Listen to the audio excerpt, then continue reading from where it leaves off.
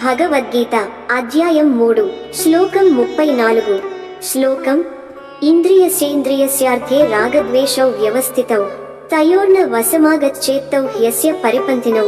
అనువాదం: ప్రతి ఇంద్రియానికి దాని విషయాల పట్ల రాగం, ఆసక్తి మరియు ద్వేషం, విరక్తి సహజంగానే ఉంటాయి. కానీ వాటి ఆధీనంలో పడకూడదు, ఎందుకంటే అవే మన ఆధ్యాత్మిక ప్రయాణానికి అడ్డుపడతాయి. వివరణ: ఇంద్రియస్యార్థే ప్రతి ఇంద్రియానికి దాని విషయాల పట్ల రాగ ద్వేషౌ వ్యవస్థితౌ ఆకర్షణ మరియు విరక్తి సహజంగానే స్థిరంగా ఉంటాయి. తయోర్న వశం ఆగచ్చేత్ వాటి బంధనంలో పడకూడదు. తౌ హి అస్య పరిపంతినౌ అవి మన మార్గంలో శత్రువుల్లా నిలుస్తాయి.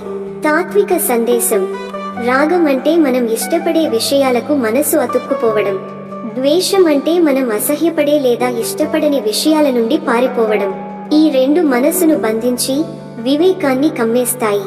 యోగా మార్గంలో సఫలతకు ఇంద్రియాలపై సమతా భావం పెంపొందించుకోవాలి. ఉదాహరణ: ఒక పక్షి రెండు రెక్కలతో ఎగురుతుంది. రాగం, ద్వేషం కూడా రెండు రెక్కల్లా మనసును బంధిస్తాయి, ఒకటి ఆనందంతో, మరొకటి అసహ్యంతో.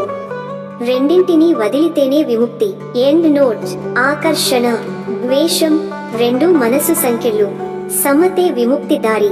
ఓం శాంతి శాంతి శాంతి. కామెంట్లలో మీ అభిప్రాయాన్ని చెప్పండి, లైక్ చేయండి.